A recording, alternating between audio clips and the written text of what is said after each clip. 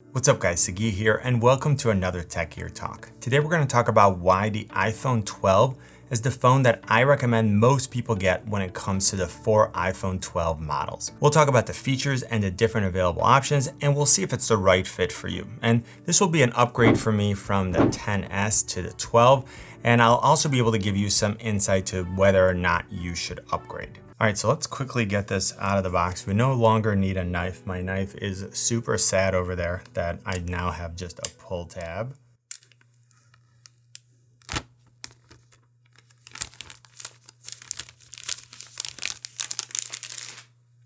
Oh, and look at that. It just opens right away. I usually struggle with that part. And obviously it's a much smaller box because we're not getting an adapter.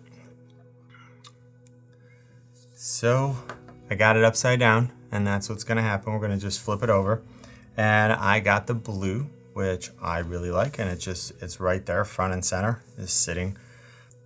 And get that out. It's got a nice weight to it. I think it's heavier than the 10S. A little screen protector on the front. I'm gonna get fingerprints all over this thing right away. So let's just quickly.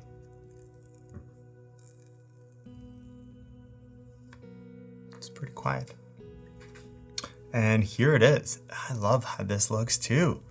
I just did the iPad 12 unboxing too, or not the iPad 12. Actually, now that I see this aluminum blue, I almost wish the iPad Air 4 came in like this blue. Oh, look at that. We've got the really nice squared off edges. The screen is essentially flush with the edge. Super, super nice. It's thinner than the 10S. Yeah, and I forgot how nice and comfortable to hold the square edges, because on the 10S, there is no way that I was holding that without a case. I don't know, I drop my phone all the time. So I drop my phone even with the case, but with the case I have now, it's way less likely. But without the case, it would just slip out of my pocket. I would never handle it without a case. This is a little more comfortable. I like it, and it's still a great size. So we have a USB-C to lightning cable and a 20-watt USB-C power adapter. Haha, no, you don't. There's no adapter. And a little side note here, it's a little strange that they removed the adapter for environmental reasons, saying that most people already have an adapter, but then at the same time, they gave you a USB-C cable, which most people coming from any older device, if you're before the iPhone 11, and you're not using an iPad Pro, you aren't using that type of adapter anyway. So you're still gonna need to go and buy an adapter in a box that's probably bigger than the difference it would have made for this box, but that's just me. So if you want to use the fastest charging speed, make sure that you get a USB-C adapter like the one that I got with the iPad 8. You can also use a USB-C hub like this one from RavPower, which has 2 USB-C and 2 iSmart USB ports, and that way you can charge multiple devices at once. Of course, if you still want to use your old lightning cable with your old adapter, you still can, it just won't charge as fast. All right, so next, the only thing in the box is this designed by Apple in California with, a SIM card remover, some sort of little dock, and 1 Apple sticker. That's all you get, 1. And again, would have been sweet if it was blue, like in this blue, it would have been pretty awesome. But no, it's white, which is fine. All right, so as far as looks, it's somewhat reminiscent of an iPhone 5, and we've got the return of the squared off aluminum edges, which looks similar to what I have on my iPad Pro and iPad Air 4. It's really a very, very nice looking phone. I love that the edges that are aluminum on this one are matte. It's thin, it's fairly light, and it's super sleek. So really nice and comfortable to hold, and I'm happy with how big the screen is in relation to the size of the phone.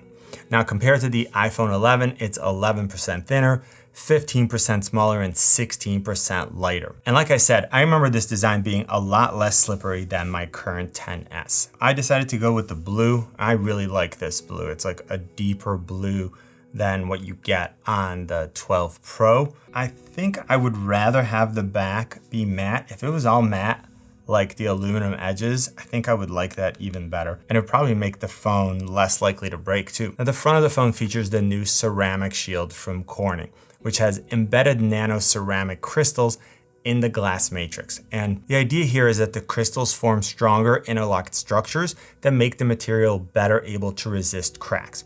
Now, I don't know if I trust it enough not to use a screen protector because I do drop my phone a lot. Like, as a person, I have some strengths, but not dropping my phone is like definitely not one of them. So at the very least, I'll be using a case. And by the way, let me know in the comment section what some of your favorite cases are and I'll check them out. Now on the left, we have the volume up and down buttons and the ring silent toggle. On the opposite side, we have a single button used to wake the phone and put it in sleep mode. On the bottom, we have the lightning connector, built-in microphone, and the stereo speakers. And of course, there is no headphone jack with this or any of the iPhone 12 models. Now looking at the front of the phone, we've got the front-facing camera, which I'll get to in a minute, and then again, a built-in microphone and stereo speaker. The iPhone 12 uses Face ID to unlock and authenticate instead of Touch ID. And I know that with what's going on right now, this isn't ideal, and some people are hoping to get the same Touch ID on the side button, similar to what we got with the iPad Air 4 with the top button. But my guess is that this phone was well on its way before the craziness of what's going on right now began. The display itself is a 6.1-inch Super Retina XDR OLED display with a resolution of 2532 by 1170 at 460 pixels per inch. What this means to you is that you're getting a high resolution display, which is absolutely great, and at the same time that pixel density is high, so diagonal lines or text are gonna look super crisp and clean. Now this screen also has Apple's True Tone feature, which will measure the color temperature of your environment and then essentially adjust the white balance on your phone so that white always appears as white. On top of that, it's a DCI-P3 color gamut display with a 2,000,000:1 contrast ratio and a 1200 nits maximum brightness. What you want to take away from that is that it's able to display more variations of each color, which makes it a more accurate display. It's got high contrast ratio, which will make reading easier and your images really pop on the screen. And finally, it's pretty bright, so you should have an easier time seeing the screen in brighter environments. And I'm super excited to see how different the screen is from what I have on my XS, even just for watching YouTube or streaming videos, but definitely for editing photos. And speaking of photos, let's get to the cameras. So the iPhone 12 has a dual camera system with two 12 megapixels camera, a wide and an ultra wide. The wide camera has an aperture of f1.6 and the ultra wide is 2.4. That means that the wide camera will be better in low light because a wider aperture lets more light onto the sensor. Now, on the other hand, the ultra wide camera is there for when you want to capture more of the scene without having to physically move back. You're now able to capture a 120-degree field of view, which is going to be great for landscape shots or for when you're in a very tight space. Now, using a 13mm on an ultra wide versus a 26mm on the wide may not sound like it's a lot, but you'll immediately notice the difference. Now, both rear-facing cameras and the front-facing cameras have night mode, which will automatically turn on when the camera detects a low light environment. What I expect is that the wide camera will be able to shoot in regular mode for longer and for later in the evening because it's able to capture more of that available light. Now, moving on to the front-facing camera, it's a true depth 12 megapixel camera with an aperture of f2.2, so actually slightly larger than the ultra wide. And this should be a great camera for selfies and video calls or any other video content that you create with the phone facing you. Now, all three cameras also use Deep Fusion, which is Apple's computational photography tech, which is even more powerful now with the new A14 Bionic chip, improved neural engine, and more advanced imaging signal processor. Now, computational photography, if you're not familiar with it, is why your phone's pictures can look really nice in situations where a DSLR or mirrorless camera will struggle.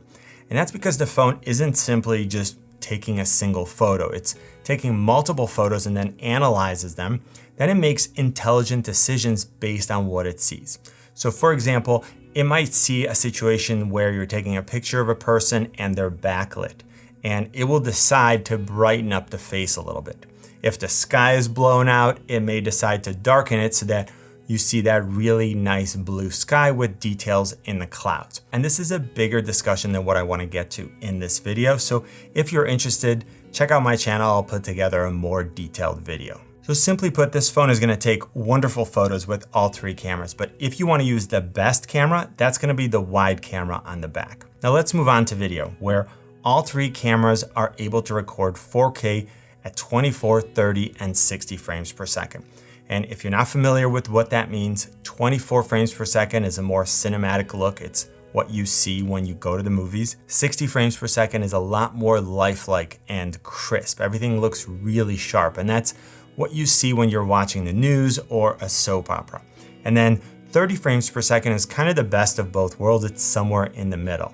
And as always, to give you a point of reference, this video that you're watching right now is shot at 30 frames per second. Now, when it comes to 4K, I'm sure you've heard about it on TVs and displays, but if you're not sure what that means, 4K is 4 times the resolution of full HD. So instead of 1920 by 1080, you're capturing a video that's 3840 by 2160.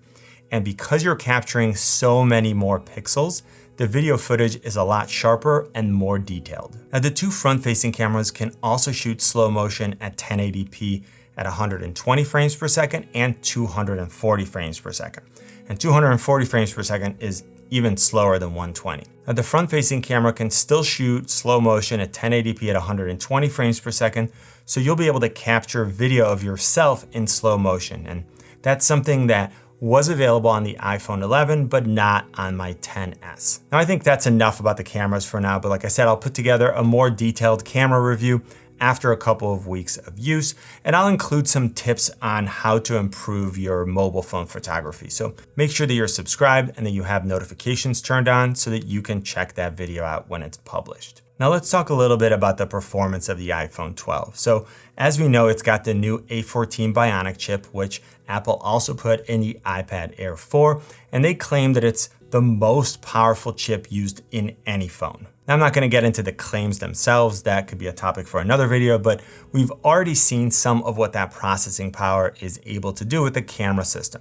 Now, another area where this may come into play is when gaming. Now, these additional processing capabilities allow developers to build out more advanced and resource-intensive games.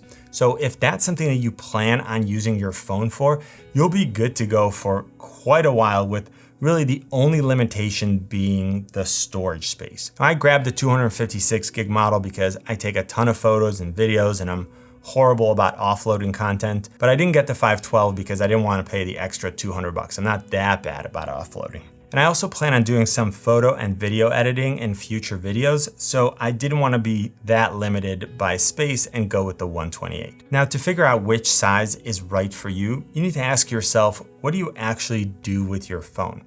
Like, do you need more storage for what you mostly do, or do you think that online storage, even with a monthly cost, might actually be cheaper in the long run and save you money? Going back to performance and the idea that this device being powerful enough to last you for a few years, let's talk about 5G. And the highest level messaging in Apple's high-speed event, which debuted the iPhone 12, was reserved for 5G. And yes, all 4 models of the iPhone 12, even the mini, support the 31 flavors of 5G, which is great, but that's not one of the reasons why I got the phone. First of all, the speeds that you see reported are amazing, but they're only available in extremely limited areas. And even in those areas, they're still pretty spotty. So there's still some work to be done until the additional bandwidth improvement are a reality for most users. Next, I don't perform enough bandwidth intensive tasks where I actually need additional speed on my phone. Now, this is not going to be the same for every person, and you may not have reliable Wi-Fi where you need it, but I just want you to take the current 5G reality into account. I'm fortunate enough to have fiber at home, so we have just crazy speeds. It's like 900 up, 900 down. So I wouldn't actually ever even try to use 5G here. And like I said, when I'm traveling or when I'm in the car, I'm not downloading huge files or doing really anything that requires that much bandwidth. On the other hand, the good news is that you're ready for 5G when it's ready for you. So you won't need to upgrade your phone next year or the year after just for 5G. And in that context, you're adding to the longevity of your phone, which is smart. Essentially, if you're someone who upgrades their phone every year, I wouldn't upgrade for the 5G unless you really needed it and knew that it was going to make a significant difference where you live or work. If you're someone who keeps the phone for 3 or 4 years, then I can see you getting that feature now, and that prepares you for the future. Now, moving on, one of the things that we know about 5G is that it's going to require more power. And one of the accessories that I picked up is the MagSafe charger. So essentially, this uses a new magnet in order to perfectly align the charger for optimal performance. And Apple says that the new eShield now better protects the phone and allows up to 15 watts of wireless charging. Now, I'm not super sold on this yet, and I'll let you know what my actual user experience is like in a future video. All right, so if you're thinking of picking up an iPhone 12, you have 2 decisions to make: color and storage size.